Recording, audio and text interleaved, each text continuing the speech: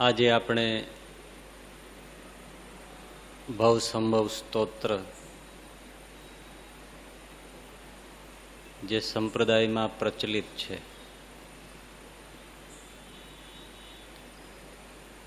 નિત્ય ગવાતું આ સ્તોત્ર છે.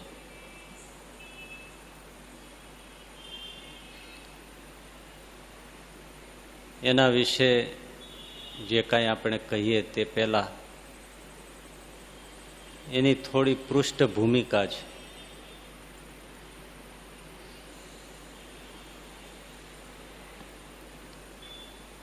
પૃષ્ઠભૂમિકા એટલે કે એનું ઉદ્ભવનું કારણ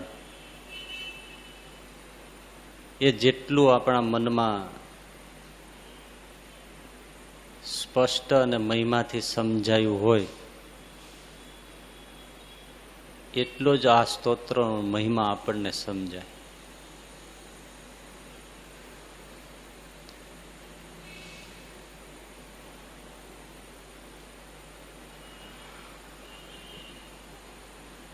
ભગવાન પૃથ્વી ઉપર અવતાર ધારણ કરે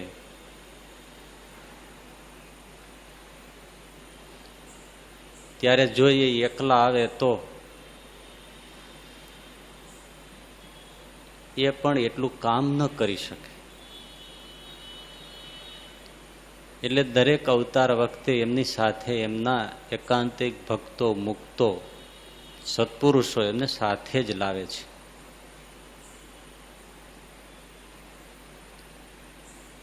એ જ રીતે જ્યારે ભગવાન સ્વામિનારાયણે જ્યારે આ ધરતી ઉપર પ્રગટ થવાનો સંકલ્પ કર્યો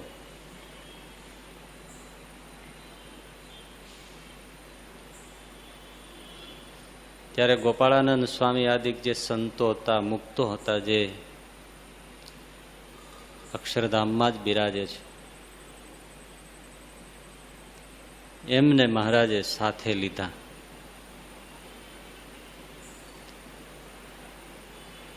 ત્યારે ગોપાળાનંદ સ્વામી કીધું કે મહારાજ, અમારા આવવાનું શું કારણ? તો કે તમે સાથે આવો તો તમે એકાંતિક ધર્મનું પાલન કરો, મુમુક્ષુ જીવોને તમે ભગવત વાર્તા કરો, તમારા જીવન અને તમારી વાતો અને તમારા યોગ એના દ્વારા જ અમારું સ્વરૂપ એને ઓળખવામાં આવે છે.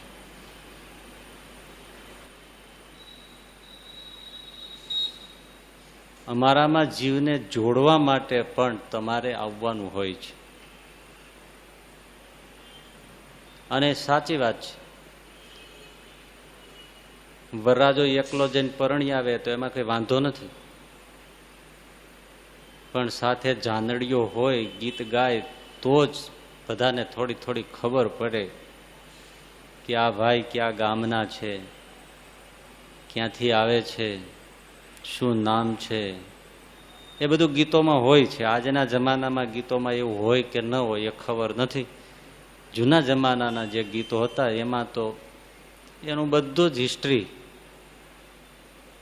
એ બધું ગીતોમાં વણાઈ જતું.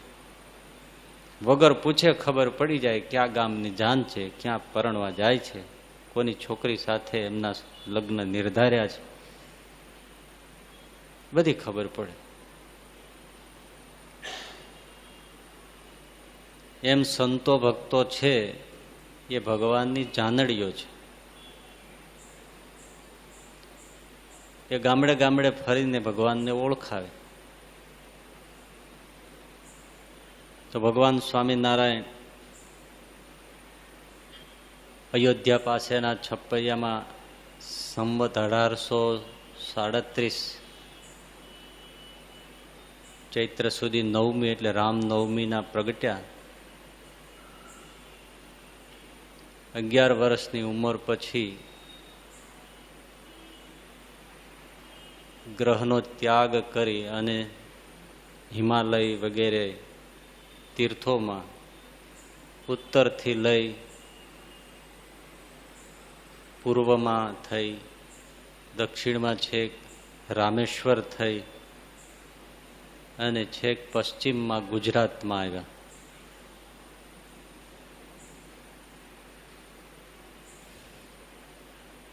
ગુજરાતમાં આવ્યા ત્યારે ઈસવીસન 1800 એનો સૈકો.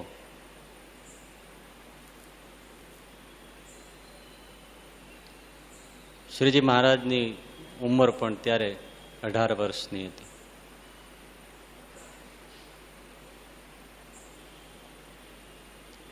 સૌરાષ્ટ્રમાં માંગરોળ બંદર પાસે લોજ ગામ, ત્યાં નીલકંઠ વર્ણી રૂપે તપસ્વી રૂપે એમણે વાવને કાંઠે બેસણા કર્યા. પછીની કથા સત્સંગમાં જાણીતી છે. રામાનંદ સ્વામીના એ સુખાનંદ સ્વામી મુક્તાનંદ સ્વામીનો યોગ થયો અને લોજમાં રામાનંદ સ્વામીના આશ્રમમાં રોકાયા. અને પછી તો સત્સંગની ધર્મધુરા સંભાળી. ત્યાર પછી વિચરતા વિચરતા ખાસ કરીને ગઢપુર એટલે ગરડા દાદા ખાચરના દરબારમાં પોતાનો કાયમી નિવાસ માનીને રહ્યા. ગરડામાં પણ ભયમાં સારાએ ગુજરાતમાં ઠેક ઠેકાણે પોતે પણ ફર્યા અને એમની સાથે એમના જે 500 પરમહંસો હતા એ પણ ગામડે ગામડે ફર્યા. સંતોએ તો આખા ભારતમાં વિચરણ કર્યું છે. છેક ઉત્તર પ્રદેશ હોય, જગન્નાથપુરી હોય, રામેશ્વર હોય, રાજસ્થાન હોય, દરેક પ્રદેશોમાં દૂર દૂર સુધી સંતોએ વિચરણ કર્યું છે. એ વખતે જ્યાં જ્યાં જે મુમુક્ષો હશે એ આવ્યા. ઘણા તો સાધુ થઈને પણ રહ્યા અને ઘણા ગુજરાતમાં પણ રોકાઈ ગયા.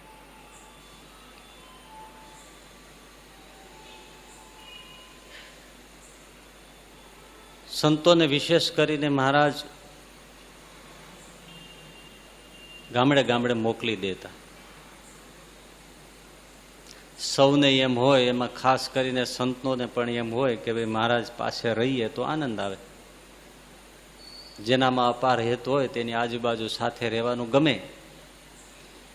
પણ શ્રીજી મહારાજ એવું નિયમ જ આપે 6 મહિના સુધી કોઈએ મારા દર્શને આવવાનું નહીં, અને આવશે તો કોઈને દર્શન મળશે નહીં, અને દર્શન આપે પણ નહીં. કોઈ ઉતાવળે આવે તો એને પાછા જતું રહેવું પડે. એટલા માટે કે જો અહીંયા બંધાઈ રહીએ તો પછી સત્સંગ થાય નહીં.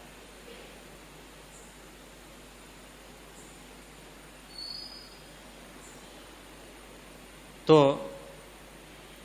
એમાં એક સાધુ જેનું નામ નિર્વિકલ્પાનંદજી હતું, એ ફરતા ફરતા આમોદ ગામ સુરત જિલ્લાનું છે ને, સુરત આજુબાજુ છે, ભરૂચ આજુબાજુ છે, ભરૂચ આજુબાજુ ને, ત્યાં આમોદમાં બહુ પ્રસિદ્ધ પંડિત, પ્રકાંડ પંડિત જેને કહેવાય, જેનું નામ હતું દીનાનાથ ભટ્ટ.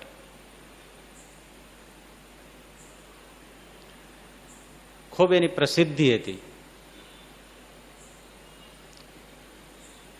શ્રીમદ ભાગવત આખું એમને જીહવાગ્રે કંઠસ્થ હતું. 12 સ્કંદ અને 18,000 શ્લોક. આપણને સ્તુતિના 5 શ્લોક નથી આવડતા, યાદી રહેતા નથી. આજે સ્મૃતિ શક્તિઓ બહુ ખલાસ થઈ ગઈ ને.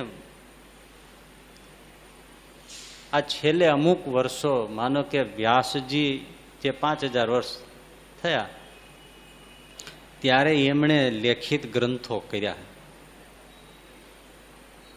તાડપત્ર ઉપર વેદોના વિભાગ કરીને આ બધું લખ્યું. બાકી લખવાની પરંપરા જ નહોતી. આપણા બધા જ વેદાદિક શાસ્ત્રો, સનાતન ઉપનિષદો, બધું એને શ્રુતિ કહેવામાં આવે છે. એટલે વેદ ઉપનિષદોને શું કહેવામાં આવે છે? શ્રુતિ. શું કહેવાય? શ્રુતિ. સાંભળી લેવાનું, સાંભળે અને યાદ રહી જાય બસ. પછી એમાં કાના માત્રનો ફરક પડે નહીં. એમ કર્ણોપકર્ણ અખૂટ ખજાનો સચવાયેલો રહેતો. કાગળ, પેન, પેન્સિલ, લખાણની કોઈ જરૂર જ રહેતી નહીં. કેટલી સ્મૃતિ શક્તિઓ છે. એવી રીતે સેંકડો વર્ષોથી આ આપણી શાસ્ત્રોની પરંપરા સાંભળતા જ સચવાઈની આવતી. પણ પછી વ્યાસજી ખાસ આમના માટે જ પ્રગટ થયા. ભગવાનનો એક અંશાવતાર. સમજતા હતા, ભગવાન પણ સમજે છે કે કળિયુગ આવે છે ત્યારે માણસોની આયુષ્ય પણ ઘટી જશે,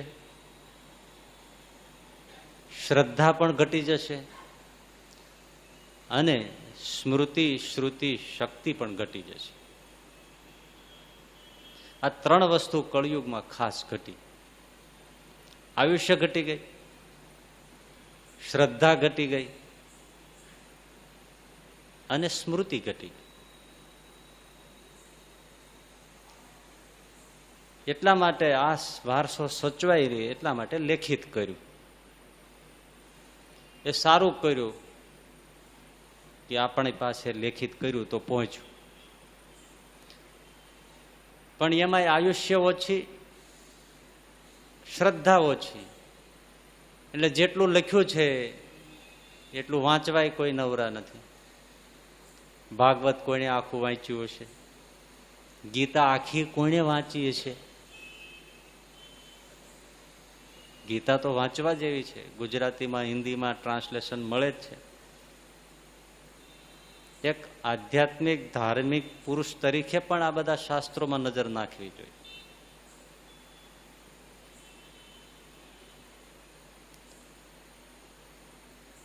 હિન્દુનું ગૌરવ એટલા માટે નથી, મુસ્લિમોને એટલા માટે એનું ગૌરવ છે કે એ બધા કુરાનને વાંચે છે, સાંભળે છે. ઈસાઈ બધા બાઇબલને વાંચે છે, સાંભળે છે, ઘરમાં રાખે છે, પૂજા કરે છે, શ્રવણ કરે છે, પઠન કરે છે. મૌલીઓ, પાદરીઓ પાસે જઈને એનું શ્રવણ કરે છે. આપણે કોણ લોકો ગીતા ઘરમાં રાખે છે, કેટલા વાંચે છે, કેટલું સાધુ સંતો પાસે જઈને સાંભળવા જાય છે? આપણે સ્વામિનારાયણ સંપ્રદાયના છીએ તો મોટે ભાગે અમને આ એક ઘણી વખત સાંભળવામાં આવે, ભાઈ વચનામૃત ઉપરના પ્રવચનો થોડા હાર્ડ પડે, બીજા ટાઇટલ ના હોય તો કહેજો. આપણો મૂળ, આપણે તો વચનામૃત સાંભળવું જોઈએ, વિચારવું જોઈએ, વાંચવું જોઈએ. તોય લોકો એનું નામ સાંભળીને કે એમાં અમને કઈ ગમ પડતી નથી. અઘરી નવેલો, નોવલકથામાં અને અઘરી બધી સ્ટોરીમાં બધે ગમ પડે છે. અઘરામાં અઘરા કોમ્પ્યુટરના સોફ્ટવેર હોય છે, આવે છે, એમાં બધે ગમ પડે છે. કોઈના ઘર કોઈ રીતે ખુલી શકે એમ ન હોય, એના લોક ખોલવાનું બધી ગમ પડે છે. કોઈને ક્યાં એને બેંકની અંદર કેવી રીતે એને સુવડાવી દેવો એ બધી ગમ પડે છે. ધંધામાં કેમ સુવડાવી દેવો એ બધી ખબર પડે છે. આમાં જ ગમ પડતી નથી. મેં તો સ્વાભાવિક રીતે વિચારું છું, તમે પણ માનતા હશો, તમે જે એન્જિનિયર થવા માટે, ડોક્ટર થવા માટે, ઈસી થવા માટે, ઇલેક્ટ્રોનિક્સ એન્જિનિયર થવા માટે એના જે થોથા છે, સીએ થવા માટે જે થોથા છે ને એમાં જે અઘરું છે, એવું તો આમાં કઈ અઘરું નથી. સાચું કે એ કેવું હોય તો થોથા જોઈને ગભરાઈ જાય એવા હોય છે, છતાં એ કરે જ છે ને, અઘરું લાગે છે. સીએ વાળા થાવ અવળા થઈ જાય ત્યારે માંડ પાસ થાય છે. એવું તો અઘરું નથી. એની અંદર 18 કલાક મહેનત કરે છે, મહિનાઓ સુધી, વર્ષો સુધી કરે છે. ઘણા તો કેટલાય વર્ષ કાઢી નાખે પણ થયા પાર કરે. હમણાં એક જણો 38મે વર્ષે સીએ થયો, પણ થયો ખરો, પણ સીએ થઈ રહ્યો, પોતે 38 વર્ષનો જ થયો, એમાં પડ્યો રહ્યો, હગાઈ થઈ નહીં, હવે એકલો આંટા મારે છે. હવે કે છે કે મારું કાંઈક થાય તો કરજો. હવે શું થાય? હવે જાવ જોવા તોય કે જો મામા આવ્યા, જો મામા આવ્યા, પૂરું થઈ ગયું.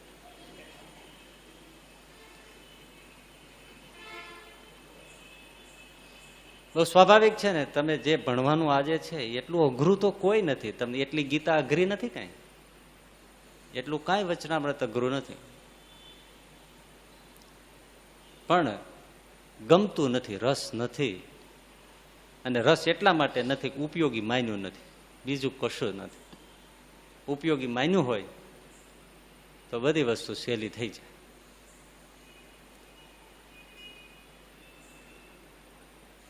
જેમાં કંઈક દમ દેખાય, માલ દેખાય ને, એ બધું સહેલું જ છે.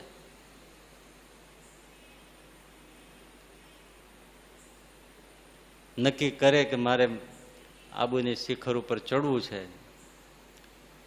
તો ચડી આવે છે.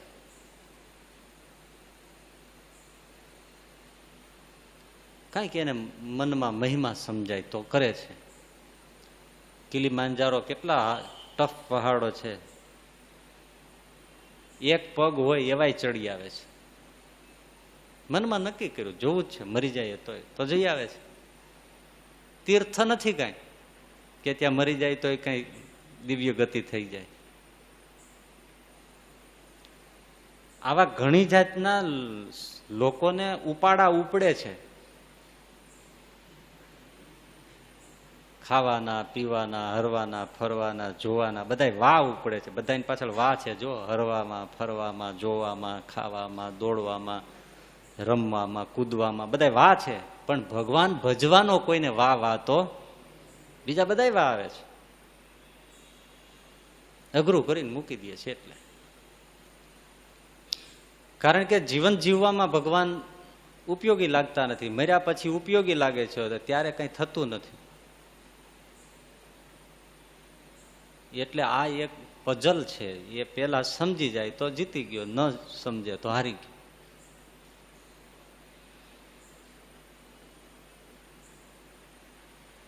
તો શ્રુતિ સ્મૃતિઓ બહુ જ પહેલા તો માણસ પાસે હતી શક્તિઓ.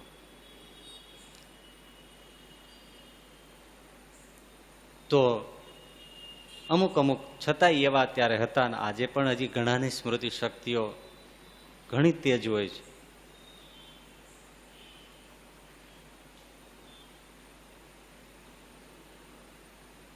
સ્મૃતિ હોય એક અલગ વસ્તુ છે, પણ ભક્તિભાવ એ સ્મૃતિમાંથી ઉમેરાય તો પાછું કામ થાય. રાજસ્થાનની અંદર એક માણસ થોડા વર્ષો પહેલા એવો હતો, સાવ બિલકુલ અભણ માણસ હતો. કોઈ માને નહીં હો અભણ હશે એમ.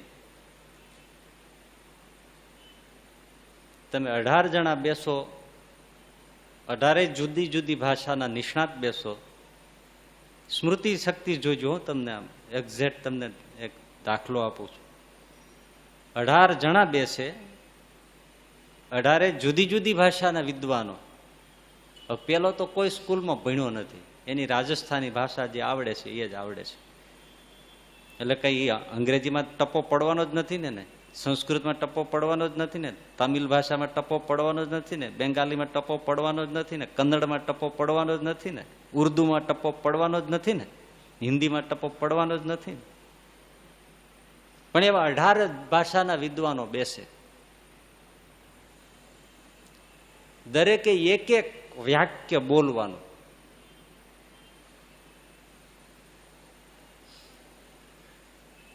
અને એ એક્ઝેક્ટ એ વાક્યને યાદ રાખી લે. ગમે તે વાક્ય બોલો. અને જે જે ભાષામાં બોલ્યો એની સામે જોઈને ભાષાનું શું નામ છે એ એને નથી ખબર, પણ એ શું બોલ્યો એ જ ઇટ ઇઝ બોલી દે. બોલો, અભણ માણસ. અશક્ય શક્ય છે ને, જો છતાંય બોલતો. નવાઈની વાત આટલામાં નથી કે 18 જણા એક એક વાક્ય બોલે અને જે માણસ જે બોલ્યો હોય એ જ વાક્ય કહી દેવું, એવું નથી. એની સ્મૃતિ શક્તિને દાદ દેવી પડે. એ તમારું વાક્ય એક સાથે નહીં બોલવાનું.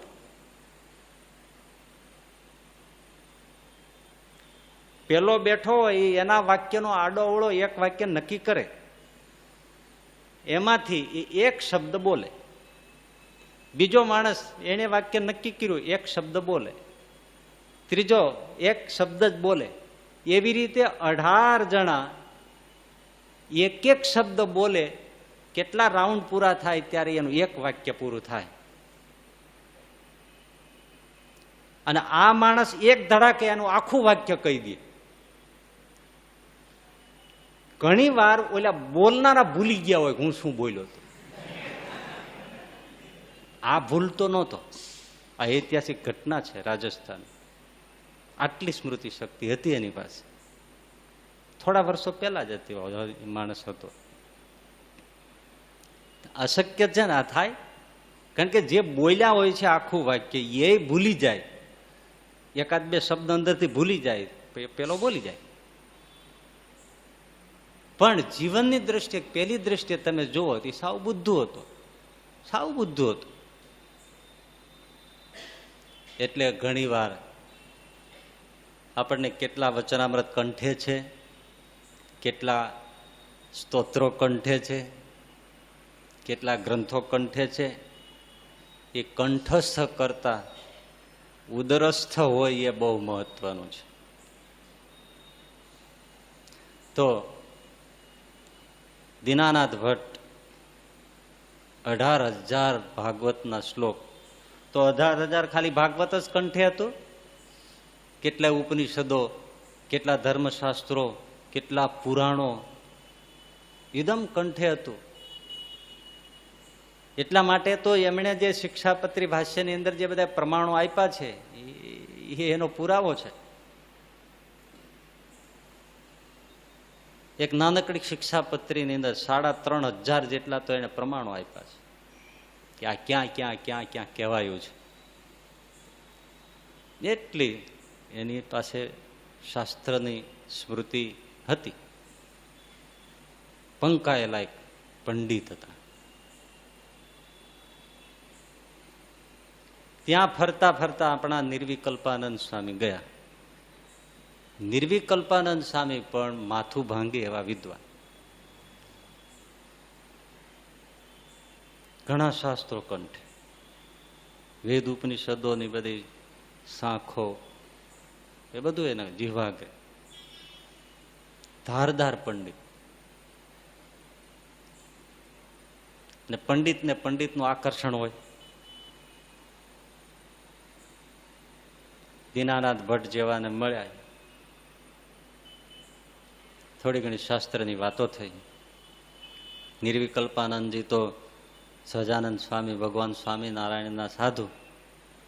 ગામડે ફરવાનું પ્રયોજન પણ એ જ કે ભાઈ પ્રગટ ભગવાન છે ને એને મળો, એ જ તો.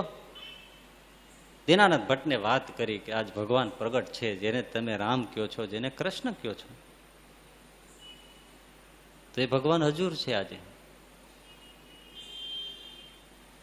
તો કે ક્યાં? તો કે ગરડામાં જ છે, એને મળ્યો છું, એમનો સાધુ છું, એની દીક્ષા છે. હું ન માનું. કોણ કે છે? હું ન માનું. ભાગવત, પદ્મપુરાણ, બ્રહ્માંડ પુરાણ, વિશ્વક્ષેન સંહિતા, વાસુદેવ મહાત્મા, યાદિક જે ગ્રંથો, મહાભારત, એના બધા એમણે નિર્વિકલ્પાનંદ સ્વામી આગાહી, ભવિષ્યવાણી, પ્રિડિક્શન જે હતા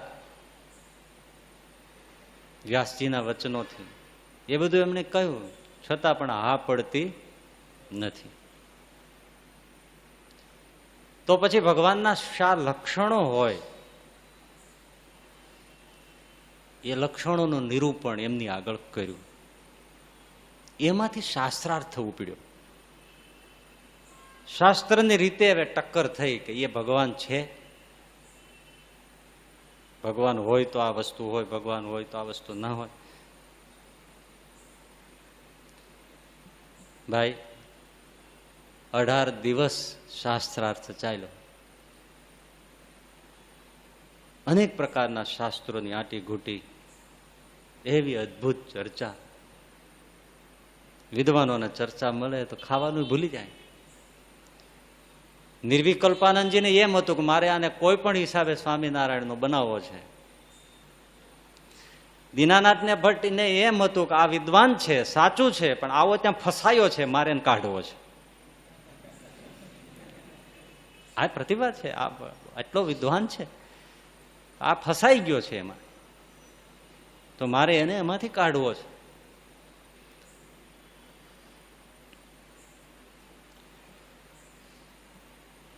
અઢારમે દિવસની સાંજ પડતા પડતા દીનાનાથ ભટ્ટ સાષ્ટાંગ દંડવત કરી નિર્વિકલ્પાનંદના પગમાં પડી ગયા. એ કે સ્વામીજી, મેં માની લીધું કે તમે જેની વાત કરો છો એ ભગવાન છે. તો કે તમે શાસ્ત્રની રીતે હારીને માનો છો એ તો મને દેખાય છે, કે પછી દિલથી માનો છો? પંડિતો ઘણીવાર શાસ્ત્રની રીતે હાર સ્વીકારી જાય, એનો મતલબ એ છે કે ત્યારે એને દલીલ સૂજી નહીં, પણ દિલથી થોડો હાર્યો હોય. ક્રિકેટર હારી જાય તો દિલથી નથી હારતા, એને એમ છે કે મને થોડો મિસગાઈડ કરવામાં આવ્યો છે, મને પેલો આમ કરવામાં આવ્યો છે, પેલું કરવામાં આવ્યું, મને થોડો ચાન્સ ના આવ્યો, અથવા તો મને બોલ દેખાણો નહીં, અથવા તો બરાબરનો હિટ નહોતો થયો, આમ નહોતો થયો. એ કાંઈક તો એના મનમાં હોય, હારતો નથી, નિરાશ થઈ જાય છે. એટલે તમે શાસ્ત્રની રીતે હારી ગયા એટલે માનો છો? તો કે ના, હું એટલે માનું છું. દીનાનાથ ભટ્ટ કહે છે કે એ સ્વામિનારાયણ ભગવાન છે, કે મેં મારી જિંદગીમાં ઘણાની સાથે શાસ્ત્રાર્થ કર્યા છે, મને કોઈ જીતે એવો મળ્યો નથી. અકાટ્ય અમુક જે દલીલો હોય એ દલીલોમાં પણ મને તમે પાછા પાડ્યા છે, ત્યારે મેં એવું અનુભવ્યું છે કે તમે નહોતા બોલતા, તમારામાં રહીને સહજાનંદ સ્વામી બોલતા હતા. એટલે હું માનું છું કે એ ભગવાન છે. આજે એનો સંકલ્પ છે કે મારે દીનાનાથને મારી પાસે લેવો છે.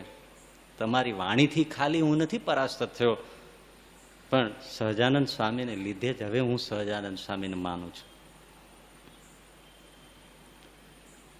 જેવી રીતે રામકૃષ્ણ પરમહંસ સાથે નિરીશ્વરવાદી, ઈશ્વરમાં નહીં માનનાર એવા કેશવચંદ્ર સેન આવ્યા, અને એને એમ હતું કે આ તો અભણ માણસ છે ને બધા એને લઈને માંડી પડ્યા છે, હું એને એકવાર દેખાડી દઉં કે ભગવાન જેવું કોઈ અસ્તિત્વ જ નથી.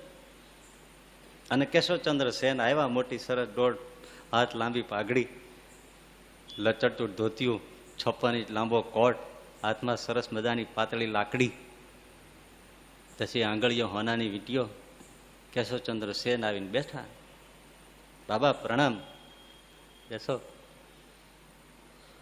હું કહું છું ભગવાન નથી, તે નહીં હોય.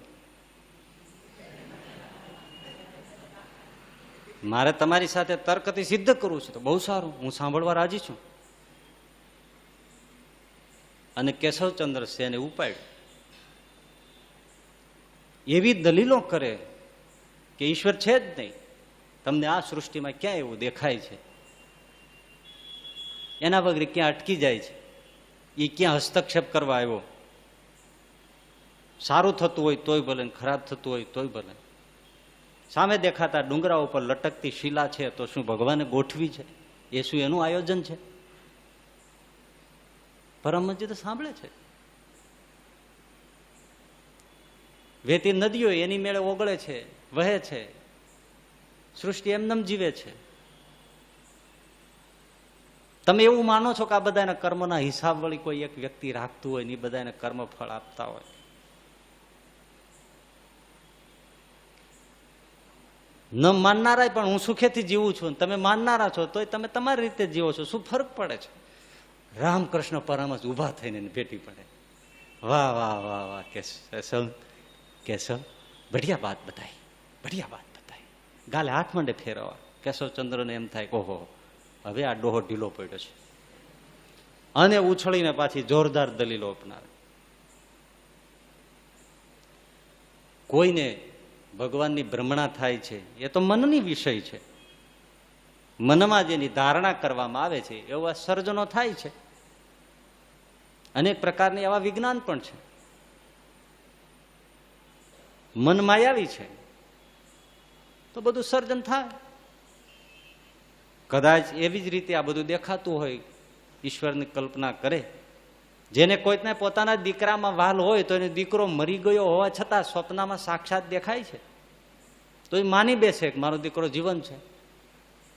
એવી રીતે મનથી કોઈ ઈશ્વરની ધારણા કરી એટલે એ માને કે ભગવાન છે, તો વાહ વાહ વાહ કેશવચંદ, બઢિયા બાત બતાવી, બઢિયા બાત બતાવી, દોડીને ભેટી પડે, ગાળ હાથ માંડે ફેરવા, વાહ વાહ બહુ બતાવી, મેં તો જાણતા ही नहीं था, सच बताता, बहुत कृपा करी, बहुत कृपा की। और बोलो, કેશવચંદ્ર સેન ને થઈ ગયું, હા, અડધા તો ઢીલા પડ્યા, વળી પાછી દલીલો ઉપાડે, માણસ જાગે છે, સૂઈ જાય છે, વળી પાછો પ્રવૃત્ત થાય છે, એવું આ જીવન અને મરણ છે, એમાં કોણ એનો સર્જક અને કોણ એનો સંહારક? વાહ વાહ વાહ, બહુ બઢિયા વાત બતાવી, બહુ બઢિયા કેશવચંદ, બહુ બાત બઢિયા, વળી પાછા ડોહો ભેટી પડે, થાકી ગયો કેશવચંદ્ર સેન। ક્યારે પરમહંસજીને એટલું એમણે પૂછ્યું કે બાબા अब आपको कुछ बताना है? तो कि हाँ बताना, एक चीज बताना है, एक प्रश्न है, वो तू बता देना तो मैं तेरी शरण में गिर जाऊं। बोलो, अब तक मैंने जो कहा वो बहुत बढ़िया, बहुत बढ़िया, ऐसा मैंने कभी सुना नहीं था, मेरे पर कृपा की तूने, तूने मेरे पर कृपा की, तू यहां नहीं आता तो मैं ये जानता ही नहीं, मेरे पर बहुत कृपा की। आंख में आंसू आ गया, ओहो, ये बूढ़ा पिघल गया, पर एक बात है वो बता दे। बोलो, परम जी ने पास में पड़ा हुआ गुलाब का फूल लेकर के आपस में रखा और बोला, केशव, हाँ, जे अभण होय ने ये हेत करे ने, हेत मीठू बो होय, भणेलो हेत करे तो काट लागे, कारण के एनी पाछळ बुद्धि काम करती होय, ई आपणो हाथ पकड़े तो एम लागे आ पकड़तुं होय ने, शीघ्रो पकड़तो एवो लागे, अने भोळो माणस आपणे हाथ पकड़े तो आपणे गमे, कारण के एनी पाछळ एनुं कोई गणित नथी, ई प्रेम ज करतो होय, खाली वहाल ज करतो होय छे, अने वहाल न करतो होय, एक हाथ आपणो पकड़ी राखे ने एक हाथथी खिस्सामां हाथ नाखतो होय, एने भणेलो कहेवाय। परमहंस अभण हता, जे प्रेम करता ते निर्दोष भावथी प्रेम करता, એટલે એમણે કીધું, एक बात बता दो, ये गुलाब का फूल है ना? हाँ। मैं कहता हूं कि नहीं है,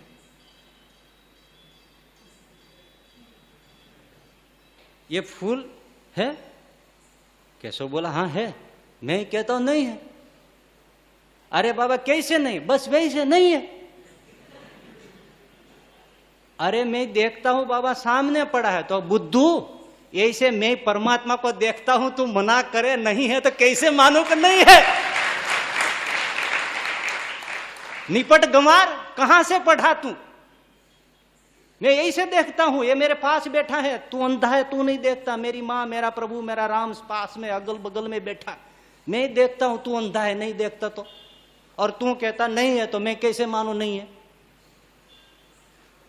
परस्यो वળી ગયો। अकाट्य बात होती है, मैं देखता हूं, तू नहीं देखता, तो मैं क्या करूं? जो है उसकी मना करे तो कौन मानेगा नहीं है? न देखता हूं तो कोई कहता तो नहीं है, तो नहीं कर देता। परशवा ने पहुंचते पहुंचते वो केशव बोला कि बाबा, तो आप इतने खुश क्यों हो रहे थे जब मैं बोलता था? तब पहले से कह देना चाहिए ना कि ये मुझे रास नहीं है। नहीं नहीं, ये तो तूने बहुत कृपा की, तू यहां आया ने, बहुत कृपा की। लो, और गुलाट लगाई, बहुत कृपा की। कौन सी कृपा? गई ये कृपा भैया, मैं तो वही देख रहा था कि तेरी जबान में मेरा भगवान ही तो बोल रहा था। मैं वही देखता था कि ऐसा तर्क भगवान देने वाला मेरा प्रभु है, तू थोड़ी है, तू तो निपट गंवार है। मेरा प्रभु बोल रहा था, वो बुद्धि दे रहा था, वो तर्क से काट रहा था, तो मैं इसलिए खुश हो रहा था कि मेरे मालिक, तू ही, तेरे के ही अस्तित्व की बात को काटता है, क्या बढ़िया बात कर रहा है। तू समझता था कि मेरे लिए कहता है कि तू बढ़िया बात कर रहा है, मैं तो राम को कहता था कि तू कैसी बढ़िया बात कर रहा था।